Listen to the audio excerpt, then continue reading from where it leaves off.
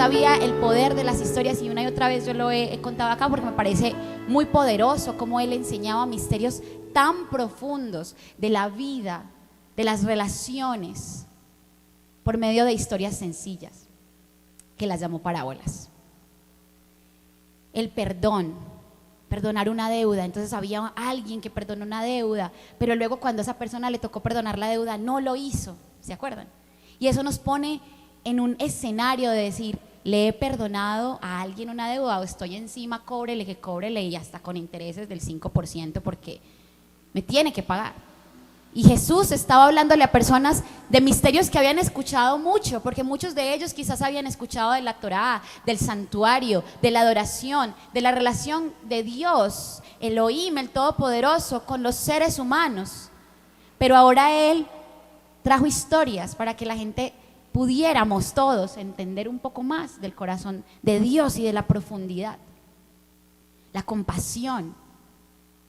Una de esas historias es precisamente el pastor que, teniendo 100 ovejas y las cuenta y faltándole una, va por esa que le hace falta, aunque tiene 99, y pone quizás en riesgo que estas 99 se le salgan también mientras él va y vuelve.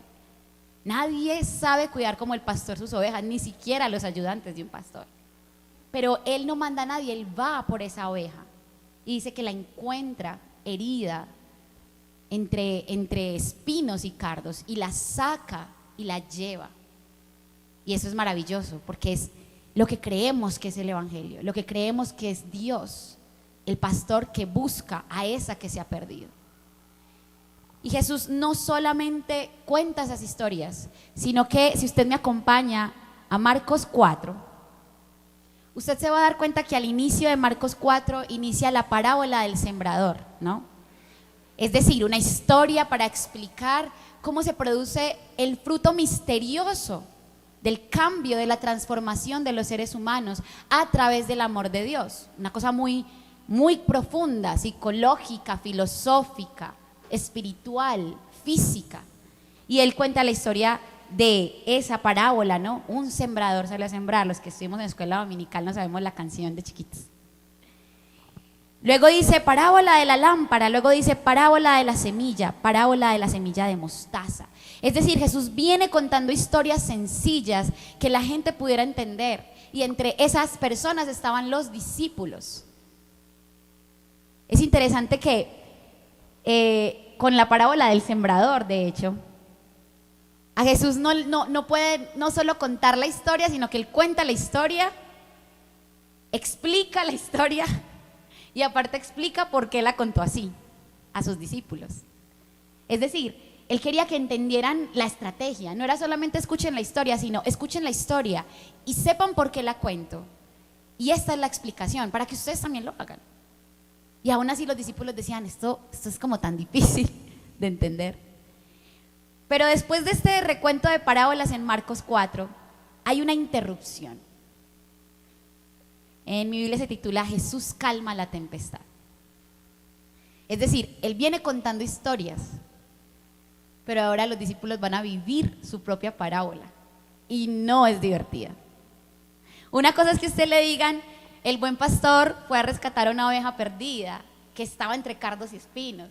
Otra cosa es que usted sea el que se cayó entre los cardos y espinos, porque eso duele, porque no sabes si van a venir por ti. Y ellos están escuchando historias, pero esas historias se interrumpen porque dice Marcos 4:35, al atardecer Jesús dijo a sus discípulos, crucemos al otro lado del lago. Así que dejaron las multitudes y salieron con Jesús en la barca, aunque otras barcas lo siguieron. Pronto se desató una tormenta feroz y olas violentas entraban en la barca, la cual empezó a llenarse de agua. Jesús estaba dormido en la parte posterior de la barca, con la cabeza recostada en una almohada.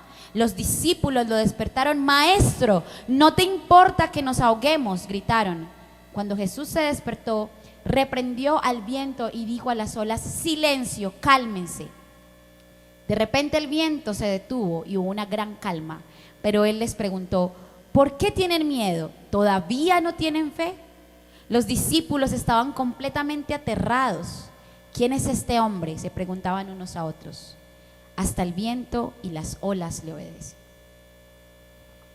Es diferente que Jesús dijera: una vez una barca que salió y con unos marineros y de repente el mar se alzó y estaban que se ahogaban y se asustaron, pero el poder de Dios los calmó. Así es la fe que confía. Bueno, no sé, es distinto, pero ahora lo están viviendo y yo creo que eso ya no es tan divertido. Yo creo que preferiríamos que, así como la estamos leyendo, yo prefiero leerla. Yo soy un poquito miedosa, muy miedosa mejor dicho, pero una de las cosas que más me da miedo es el agua, tanto río como mar. Es como una relación tóxica, porque me encanta, lo disfruto, pero si llevo más de 15 minutos empiezo a sentir como que, ¿y si se levanta un tsunami de repente? ¿Y si hay una medusa, un tiburón? Y si el río no se llega a una corriente y me lleva, esa piedra se ve muy grande y si me voy contra esa piedra. Y eso me pasa por ver tantas películas trágicas. Al pastor le gustan y a Andrea también, porque una vez me mostraron ahí un tsunami que, Dios mío, nunca me voy a olvidar. El mar. No solo hay historias del desierto, sino del mar. Entonces, quienes han vivido el río y el mar probablemente entienden muchas de las historias que hay en la Biblia un poco más fácil que quienes vamos de paseo a Coveñas una vez cada 3 años. Estas personas estaban acostumbradas a cruzar el agua, pero aún así había un respeto.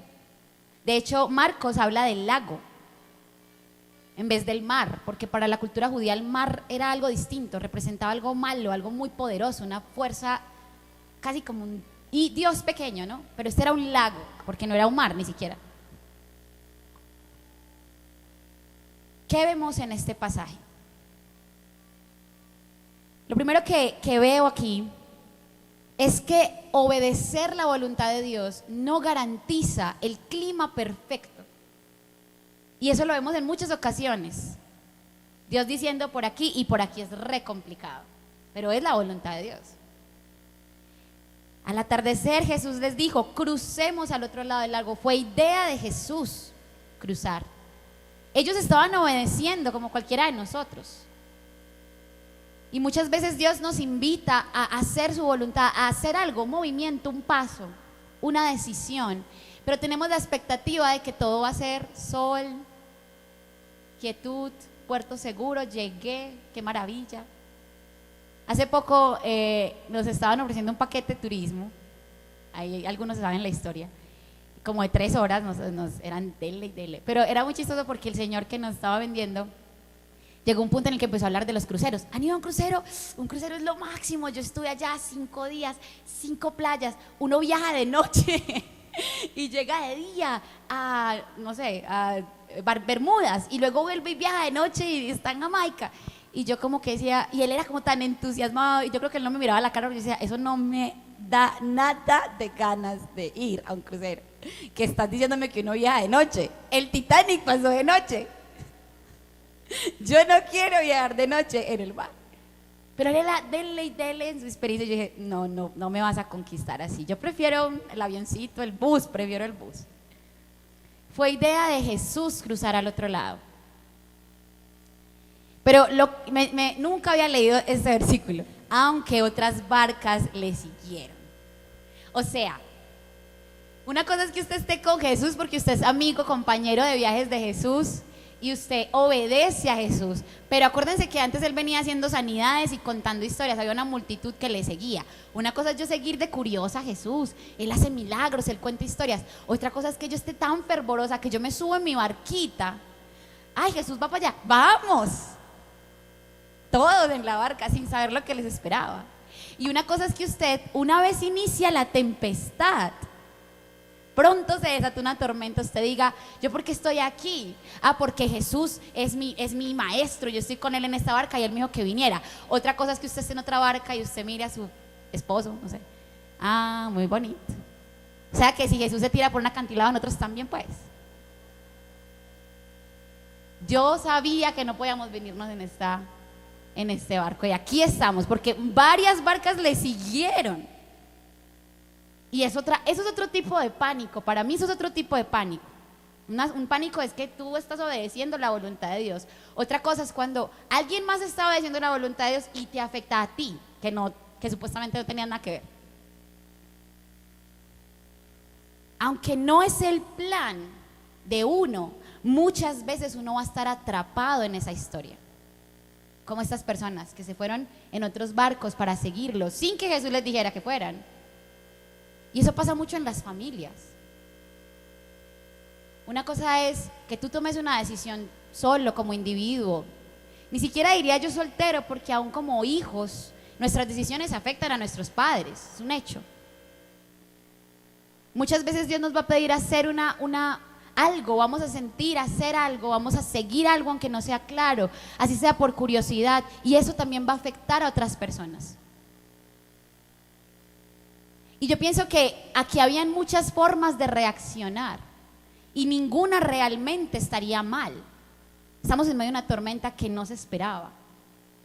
Alguien puede reírse, alguien puede llorar, alguien está ya buscando un plan, alguien ya está orando para que Dios reciba su alma. Alguien está echándole culpas a la otra persona que decidió seguir ese camino. Ahora, como parejas, como familias, cuando una persona tiene un llamado de Dios al ministerio, por ejemplo, ¿cómo es de difícil que una persona que tiene una vida aparentemente normal, ¿no? Salario, cesantías, pensión, no sé, un trabajo muy bueno, y que una esposa le diga a un esposo o viceversa, yo creo que Dios quiere que nos vayamos para Tangamandapio a fundar una obra? ¿Cómo es de difícil eso? Porque vas a afectar el futuro y el presente de todo. Y necesitan llegar a un acuerdo y necesitan orar y alguien necesita ceder a los miedos y alguien necesita decir, pues yo te voy a seguir porque pues esto es lo que Dios te está hablando, yo te amo a ti, yo voy a seguirlo, pero no era tu idea y no fue lo que tú escuchaste. Es un voto también de confianza en los demás. Entonces, no solamente siendo la voluntad de Jesús se desata una tormenta, sino que además otras personas que no tenían nada que ver, Jesús no les dijo, venga, no vayan, quédense aquí. ¿Por qué? No, yo sé por qué, quédense aquí.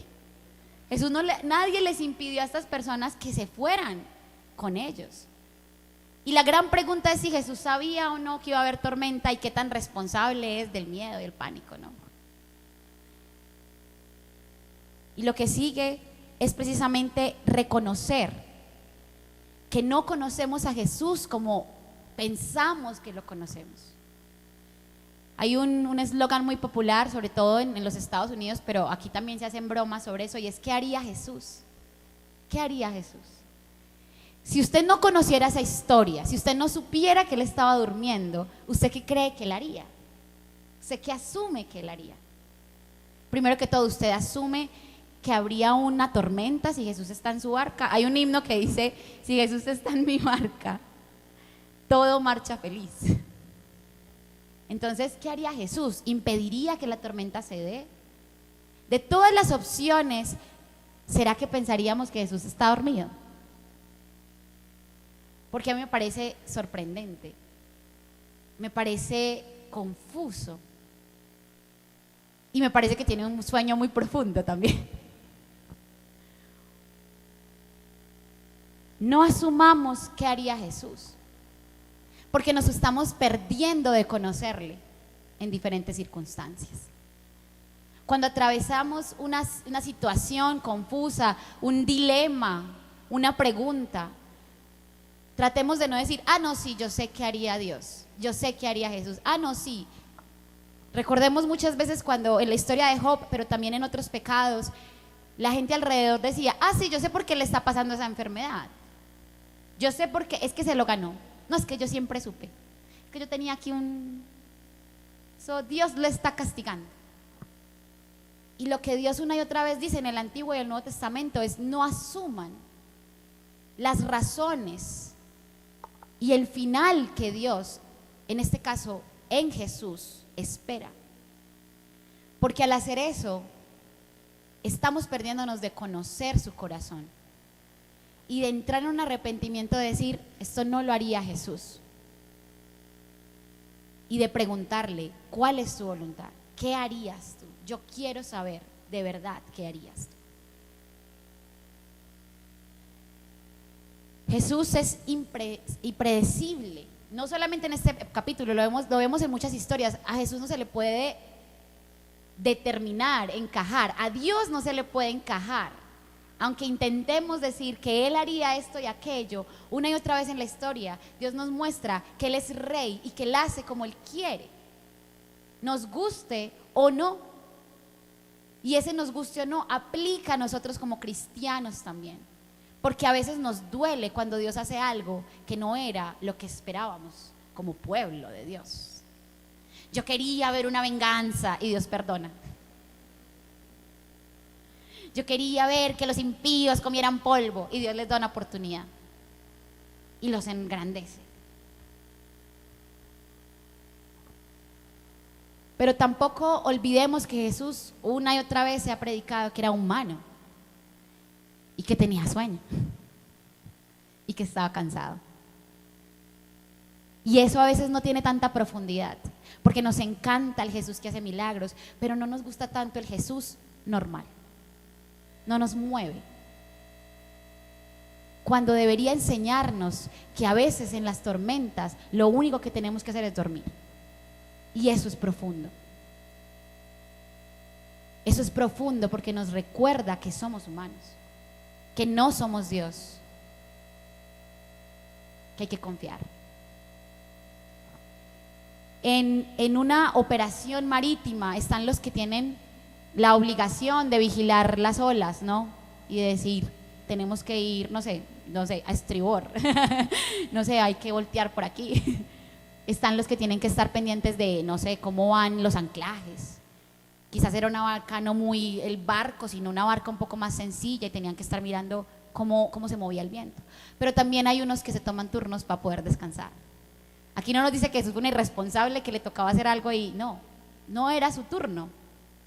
Era su turno de dormir. Y él hizo lo que le tocaba hacer. Aún en medio de una tormenta. Pronto se desató una tormenta feroz y olas violentas entraban en la barca, la cual empezó a llenarse de agua. Jesús estaba dormido en la parte posterior de la barca con la cabeza recostada. Los discípulos lo despertaron. Maestro, ¿no te importa que nos ahoguemos? Gritaron. No solamente asumimos cómo sería Jesús, sino que muchas veces ya decimos cómo vamos a enfrentar un problema. Yo voy a enfrentar los problemas adorando a mi Señor. Yo nunca voy a poner en tela de juicio su amor. Yo nunca te voy a negar, como dijo Pedro. No asumamos qué haría Jesús en muchas ocasiones, pero tampoco asumamos qué haríamos nosotros. Porque no es verdad que nos conocemos tan bien. Sí, quisiéramos que en medio de una tormenta fuéramos nosotros los que dijeran, cálmense, no desperten al maestro, él ya nos enseñó qué hacer, callen. Maestro, si viera lo que pasó ayer cuando se estaba dormido. Nos encantaría poder decir eso, pero a veces la reacción es mal agradecida, es olvidar el poder de quien está con nosotros y es dudar de su amor y cuidado. No te importa que nos ahoguemos. Yo pienso que esta es una oración honesta, sincera y necesaria. Muchas veces nuestras oraciones, si fuéramos bien sinceros, sería: Señor, yo creo que a ti no te importa lo que me está pasando. Y eso es un problema, Señor, porque yo sé que no puedo decir eso, porque yo sé que tú eres amor, pero así me siento, yo siento que no te importa. Yo vengo clamando, yo vengo ayunando, yo vengo buscando, yo estoy cansada, ya estoy cansada. No te importa. Es fuerte hablar con Dios así. Y los salmos tienen muchas oraciones así. Yo no entiendo qué estás haciendo. No entiendo, y no solo no entiendo, estoy enojado porque ¿por qué estás haciendo esto? Una frase que yo repito mucho cuando estoy con algunos amigos y amigas es: Dios no juega con nuestros sentimientos, aunque parezca, porque a veces pasa. Dios te llama a algo, pero hay un montón de problemas para cumplir esa misión. Haces algo y te sientes la persona más incapaz para hacer eso, ¿Por qué me llamaste a eso? Yo no sirvo para eso. Lo haces con todo el corazón y alguien te hace sentir mal. Dios no juega con nuestros sentimientos, es una verdad. Dios es amor, es verdad. A Dios le importa, es verdad, aunque a veces parezca que no. Y la oración de los discípulos era honesta. Ellos pensaban que se iban a morir. Los juzgamos y decimos, pero ¿qué pasa aquí, no? ¿Por qué? Si lo han visto hacer un montón de milagros, esto no puede ser otro problema si Él ha hecho tantos milagros. Cuando Jesús se despertó, reprendió al viento y dijo a las olas, silencio, cálmense. De repente el viento se detuvo y hubo una gran calma. Y realmente este momento de cualquier historia que tiene un desenlace es la esperanza que tenemos. Y es que Dios es rey sobre las tormentas también. Si hoy estamos en calma, las tormentas van a venir. Pueden ser cortas o pueden ser de años y nosotros hemos visto eso y es duro. Pero al final va a venir una gran calma. Él es rey sobre todo. Y Él es rey aunque yo dude de que Él sea rey. Eso no le quita su poder, eso no quita su amor, eso no hace que Él dice, usted está dudando, no lo voy a hacer porque está dudando. Mire a ver qué hace, porque yo lo iba a hacer si usted creía, pero como no cree. Y muchas veces se hace un hincapié en la iglesia cristiana de que en la medida de tu fe así va a obrar Dios. Eso no es lo que la Biblia me muestra a mí. Dios es rey y Él obra por amor a su nombre y obra aunque nuestra fe sea como una pequeña semilla de mostaza. De hecho, así, según la parábola, tiene que ser. Él es rey, aunque yo todavía lo dude, aunque yo viendo la calma diga, ¿y cuándo llegamos? Porque es que ya en serio, ya necesito llegar a tierra firme. Los discípulos estaban completamente aterrados. ¿Quién es este hombre?, se preguntan unos a otros, que hasta el viento y las olas lo obedecen. Estamos hablando de un grupo de personas que venía viajando con Él, que había visto hacerle milagros grandísimos, pero aún con eso no dijeron, yo sabía, porque como yo ya lo conozco, yo ya sé todo lo que Él va a hacer. Estaban aterrados, porque la verdad, mis hermanos, es que nosotros todavía no hemos visto la totalidad del poder de Dios. No lo hemos visto y tenemos que creerlo en el corazón y decir, yo todavía no he visto lo más grande que Dios puede hacer en mí, en la iglesia, en la familia. Yo todavía no he visto el milagro más grande que me haga llorar por muchos minutos diciéndole, Señor, ¿qué es esto tan grande? Aunque ya yo lo haya vivido, yo no he visto todavía lo más grande. Todavía no he visto lo más grande. Y ahí podríamos dejar esta enseñanza, ¿no? La tormenta y Jesús. Ahí podríamos decir, Señor, que cada vez que tú me digas, por aquí es, yo no asuma que las cosas van a ser fáciles. Porque aunque es tu voluntad, van a haber dificultades.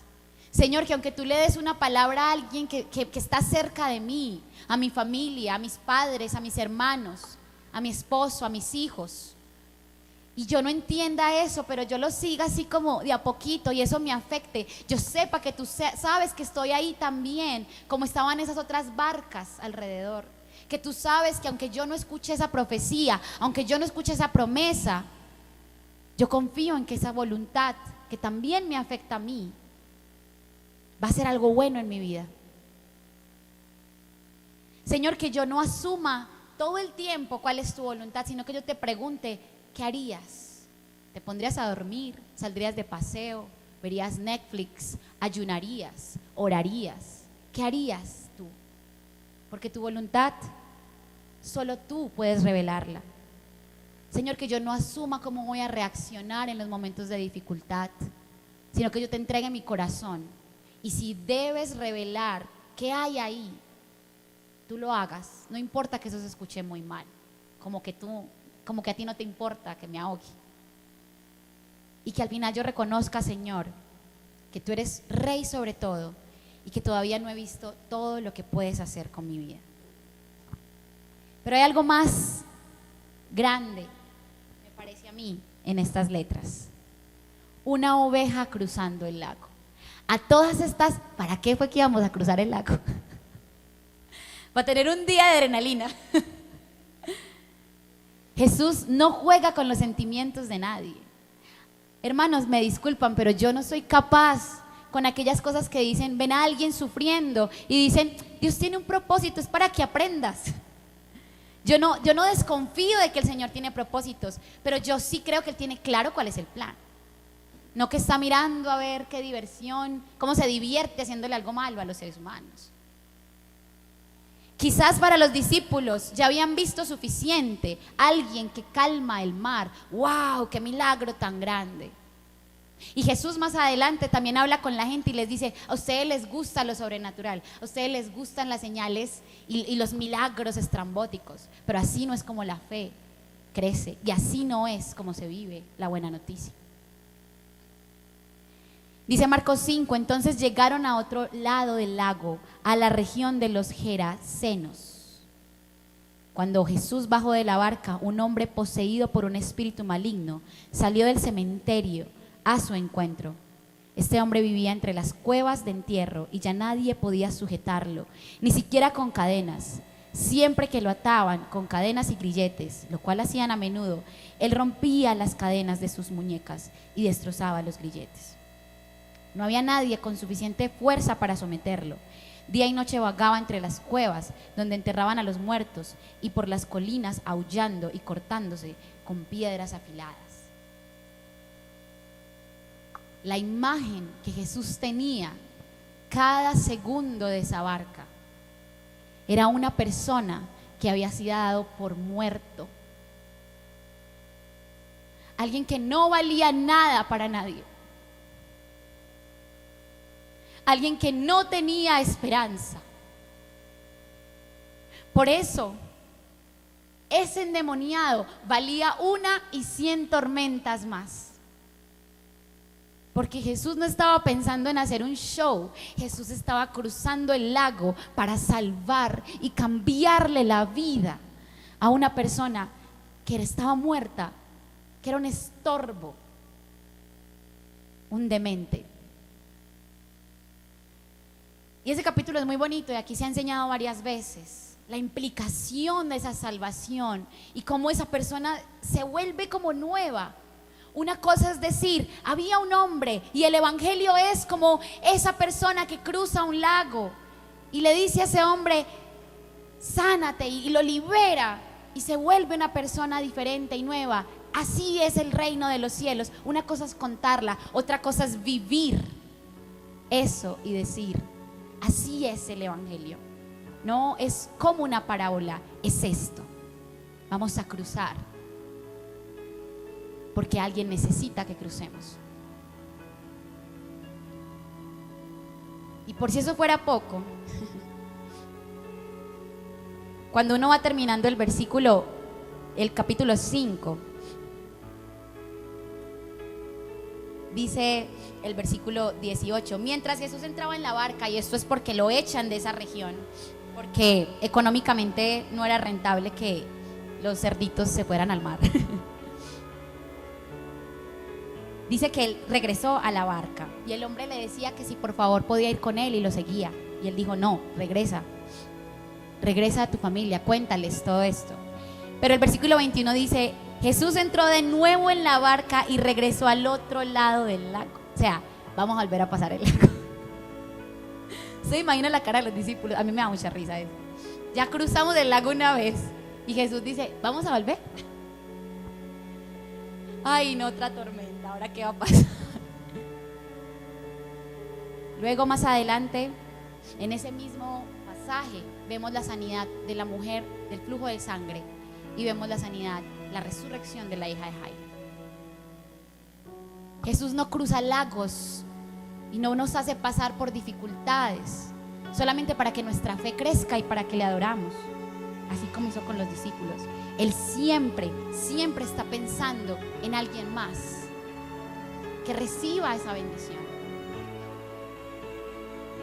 Hay momentos donde tendremos que dejar la tierra firme, la confianza donde estamos parados, y el Señor nos va a decir que crucemos y vamos a enfrentar tormentas y vamos a ver esto tan grande y vamos a decir: wow, ¿quién es esta persona? Que hasta los vientos obedecen.